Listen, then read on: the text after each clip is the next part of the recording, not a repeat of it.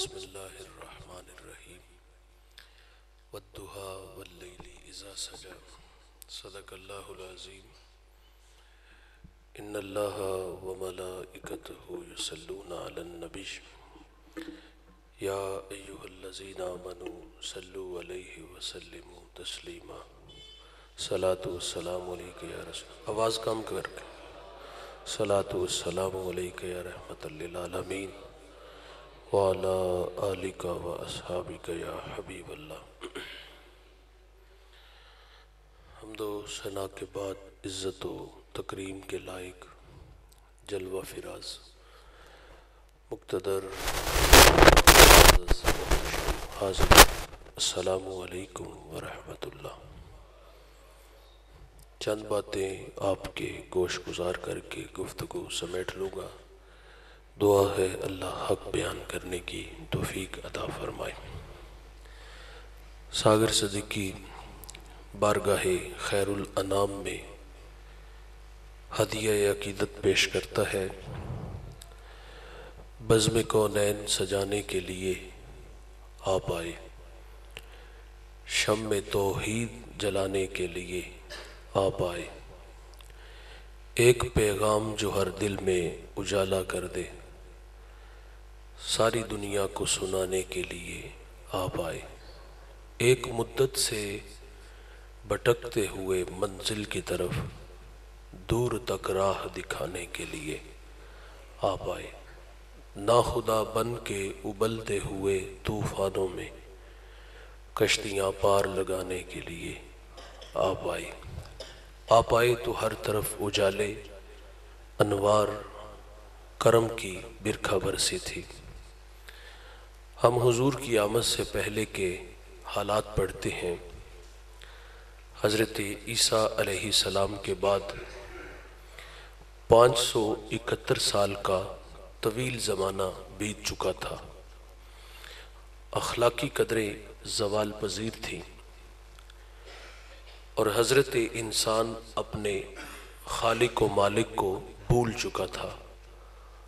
آقا تشریف لاتے ہیں اور مکہ کے گٹا ٹوپ اندھیروں میں توحید کا چراغ جلا دیتے ہیں، پھر اتنے اجالے انوار اترتے ہیں کہ جو لوگ در در پہ دھکے کھا رہے تھے، آقا کی صدائے دل نواز نے انہیں کھینچ کے ایک خدا کے آگے جھکنا سکھا دیا۔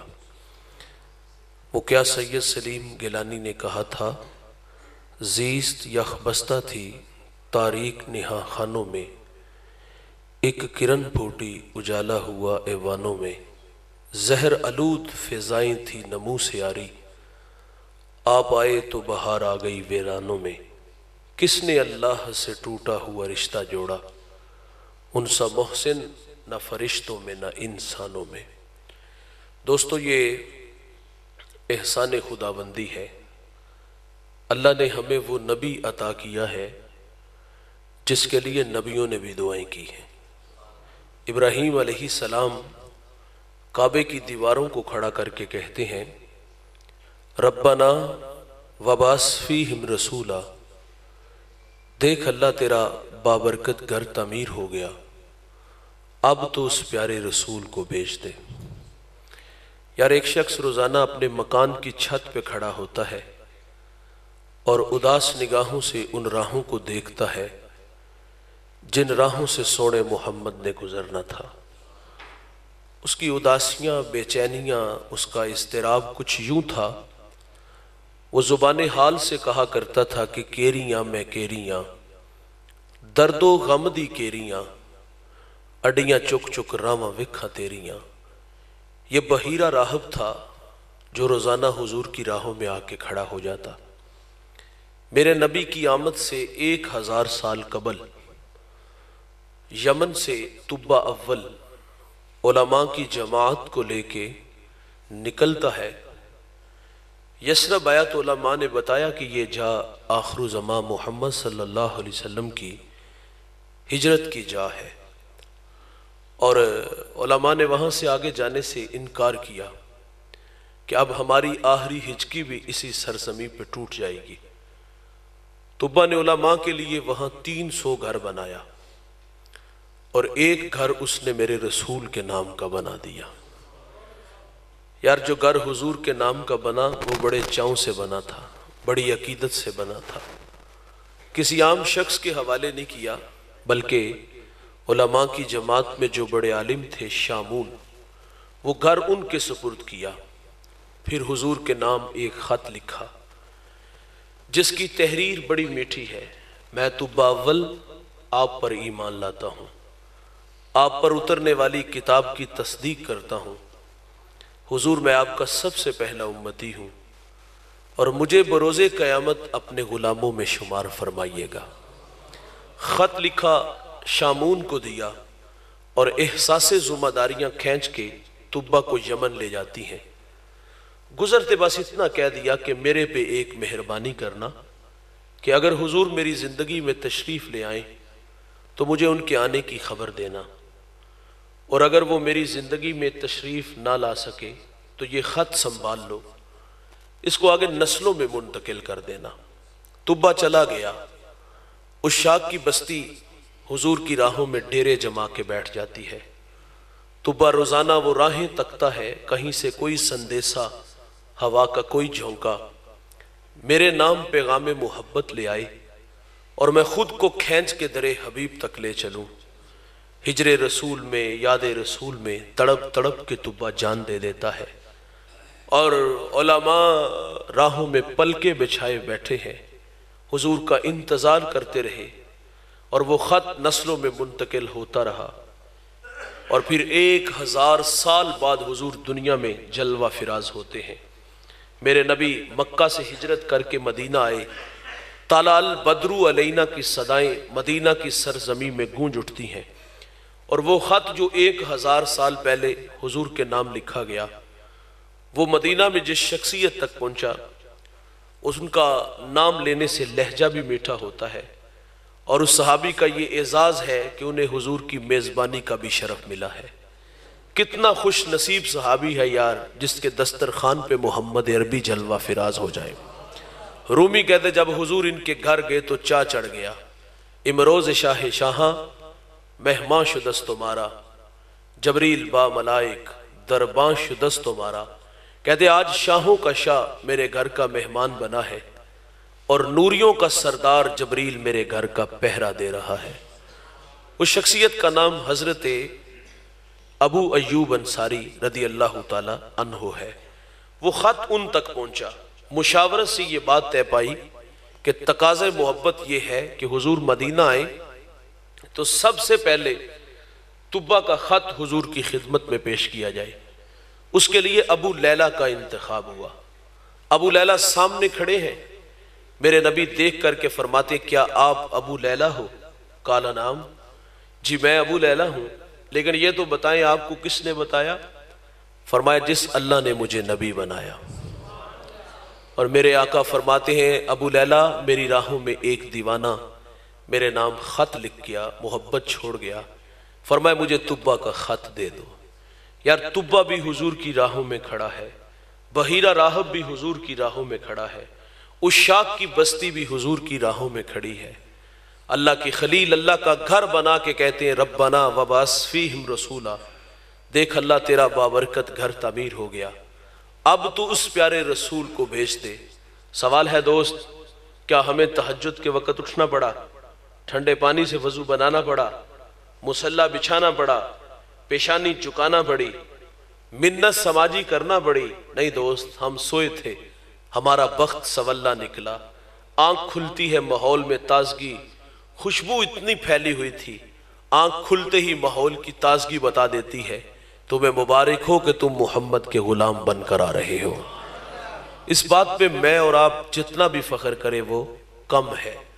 وہ نیازی کہا کرتے تھے نا کہ یہ میری خوش قسمتی، میں تیرا امتی، یاد ان کی نہ بھولو نیازی کبھی، وہ کہیں امتی تو بھی کہہ یا نبی۔ میں ہوں حاضر تیری چاکری کے لیے، اور فخر کا دل میں دریچہ باز کرنا چاہیے، جن کا تو آقا ہے ان کو ناز کرنا چاہیے۔ اور میرے حضرت فرما دے ہمیں 100 ناز ہے اس پر کہ ہم تیرے ہی منگتے ہیں، کوئی بھی در تیرے در کے سوا ہم نے نہیں دیکھا، حبیب دوسرا سا دوسرا ہم نے نہیں دیکھا، جو پہنچا ہو سر عرش اولا ہم نے نہیں دیکھا۔ بھائی جان یہ ہمارا اعزاز ہے، یہ ہمارا شرف ہے کہ ہم حضور کے امتی بن کے آئے ہیں، جس کی راہوں میں نبی کھڑے رہے، نبیوں نے آرزو کی ہے۔ اور بھائی جان ہمیں تو ہجر کی آگ میں نہیں جلنا پڑا، ہمیں تو انتظار نہیں کرنا پڑا، آنکھ کھلتے ہی یہ بشارت دی گئی کہ حضور کے بن کے آئے ہو۔ اللہ کے نبی حضرت موسیٰ علیہ السلام ایک دن اللہ سے عرض کرتے ہیں اللہم انی اجد فی الالواح امتا ہم السابقون الاولون فاجعلہم امتی قال تلک امت احمد۔ مالک میں نے الواح تورات میں ایک امت کو پڑھا ہے جو آئے گی سب سے آخر پہ، لیکن وہ نمبر پہلا لے جائے گی، اے اللہ وہ امت میری امت بنا دے۔ فرمایا قال تلک امت احمد، فرمایا موسیٰ وہ تو میرے پیارے احمد کی امت ہے۔ 9 سوال تھے، ایک سوال یہ بھی کیا کہ مالک ایسی امت کو پڑھا ہے وہ صدقہ دیں گے، کھا بھی خود جائیں گے، وَيُجَرُونَ عَلَيْهَا، اور اس کا اجر بھی خود لے جائیں گے۔ پہلی امتیں جب صدقہ دیتی تھی تو کیا کرتے تھے؟ وہ پہاڑ پہ رکھتے، آسمان سے آگ آتی اچک کے لے جاتی، جس کا قبول نہ ہوتا وہ وہیں پڑا رہتا، اچھا جس کا پڑا رہتا وہ شرمسار ہوتا کہ کتنا بد نصیب ہے، اللہ نے صدقہ قبول ہی نہیں کیا۔ بھائی جان ہمارا مال حلال کا ہے یا حرام کا؟ ہم نے جائز طریقے سے کمایا یا ناجائز طریقے سے؟ لوگوں کی ہڈیاں توڑی یا خون نچوڑا؟ جیسے بھی کمایا ہے یہ ہمیں پتا ہے، قبول وہی ہوگا جو رزق حلال ہوگا۔ حرام کا کروڑوں بھی دیں گے تو قبول نہیں ہوگا۔ پہلی مہربانی یہ ہوئی کہ اللہ نے ہمارے عیبوں پہ پردہ ڈال دیا، ہمیں شرمندگی سے بچا لیا گیا۔ بھائی جان اگر ان کا قبول ہوتا تھا نا وہ کھا نہیں سکتے تھے۔ ادھر کہانی کیا ہے؟ خود دیا خود کھایا، اجر بھی لے گئے۔ کہا مالک وہ امت میری امت بنا دے، فرمایا وہ تو میرے پیارے احمد کی امت ہے۔ ایک اور سوال کیا، اللہ ایسی امت کو پڑھا ہے یاکلون الفیع، وہ مال فیع کھائیں گے۔ ایک ہوتا ہے مال غنیمت اور ایک ہوتا ہے مال فیع۔ مال غنیمت جنگ کے بعد جو دشمن سے مال حاصل ہو وہ مجاہدین میں بانٹ دیا جاتا ہے، اور یہ ان کا حق ہوتا ہے، اس کو مال غنیمت کہتے ہیں۔ اور مال فیع اس مال کو کہتے ہیں کہ جس میں جنگ کی نوبت ہی نہ آئے، دشمن مارے خوف کے ویسے ہی دھم دبا کے بھاگ جائے، بغیر مشقت جو مال حاصل ہوتا ہے اسے مال فیع کہتے ہیں۔ کہا اللہ وہ امت میری امت بنا دے، فرمایا وہ تو میرے پیارے احمد کی امت ہے۔ ایک اور سوال کیا، اللہ ایسی امت کو پڑھا ہے وہ نیکی کا ارادہ کریں گے، نیکی کی نہیں ہوگی، ارادہ کریں گے۔ کیا ارادہ کریں گے؟ میں دکھیوں کے کام آؤں گا، میں بیواؤں کے کام آؤں گا، میں کانٹوں بری بستی میں سنت کے پھول اگاؤں گا، میں جیوں گا اللہ کے لیے، مروں گا اس کے دین کے لیے، میری دھڑکنیں میری سانسیں قرآن کی نوکری میں گزریں گی۔ یہ نیکی کا ارادہ ہے۔ ابھی کسی دکھیے کے کام نہیں آیا، ابھی کسی گرتے کو سہارا نہیں دیا، ابھی کسی کو کھینچ کے مسجد میں نہیں لایا، ابھی کسی کی پیشانی میں سجدوں کا نور نہیں لایا، آنکھوں پر حیا کے پہرے نہیں بٹھائے، کانوں میں قرآن کے نغمے نہیں لایا۔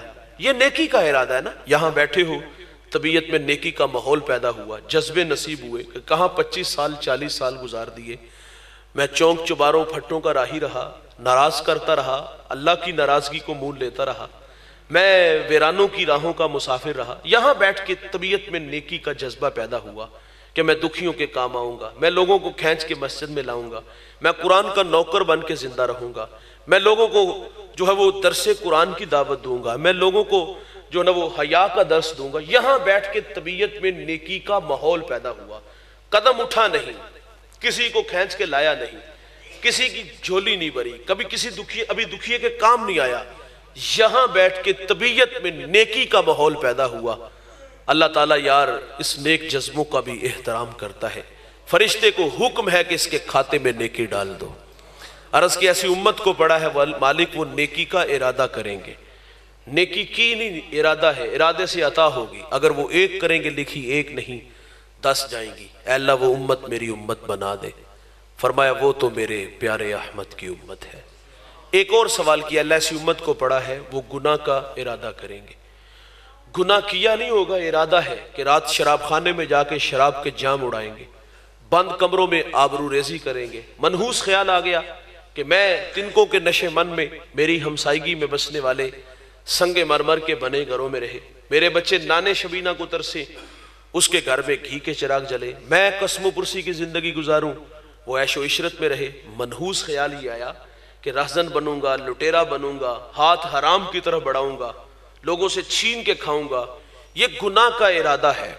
ابھی شراب کے جام لبوں سے نہیں لگے، ابھی کسی کی بیٹی کی عزت پہ ہاتھ نہیں ڈالا، ابھی سود کا دھندا شروع نہیں کیا، اور یہاں فرشتے کو حکم نہیں کہ میرے بندے کے دماغ کی سکرین پر اس وقت جو گندے خیال آ رہے ہیں وہ مجھے پسند نہیں، اور اس کے کھاتے میں گناہ ڈال دو۔ بھائی جان یہاں روک لیا گیا۔ ہو سکتا ہے یہ جو قدم سیل میں گھر کی طرف اٹھ رہے ہیں اللہ کے گھر میں آ جائے، یہ جو ہاتھ حرام کی طرف بڑھا رہا ہے اللہ کے تھوڑے پر ہی راضی ہو جائے۔